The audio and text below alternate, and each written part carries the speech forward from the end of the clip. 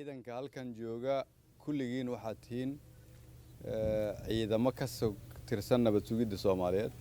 dawladda federaalka Soomaaliyeed intiina la diiwaan geliyay la hubiyay la geliyay diiwaan gelinta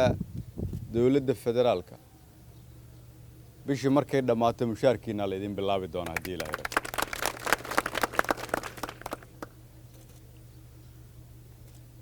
waxa la yiraahdo galmudug ama dawlad federaal ama gobol ama qabiil ma jiraan waxaad tihiin ciidamada Soomaaliyeed oo loogu tala galay amniga magaaladan iyo amniga dalka inay wax ka ilaalisaan laga bilaabo maanta hadafkiina waxa uu yahay ma kala lihidina yaa federaal ahaan jiray yaa galmudug ahaan jiray yaa dhuusamareeb ahaan jiray yaa ahlu sunna wal jamaa ahaan jiray waxaad tihiin ciidan Soomaaliyeed oo xuquuq leh isku siyaal idin la dhaqmi doona madaxdiina iyo kuwa hore isku siyaal loola dhaqmi doona waajibaadkiina isku siyaal idin fari doona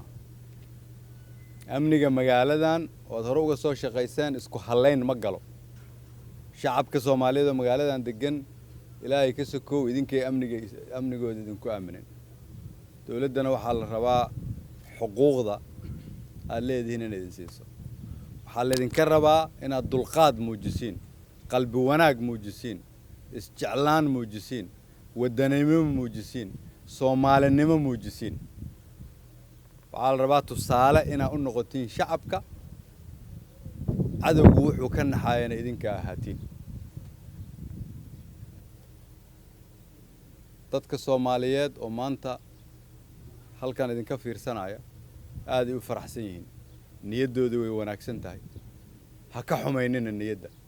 madax iyo ciidanba dawladana waxa la rabaa niyadiina inay sii adkaysto madaxda halkan joogtay kuwa maqanba iyagana waxaan farayaa in ciidankan loo soo dhameystiro agabkooda sida ugu dhaqsaha badan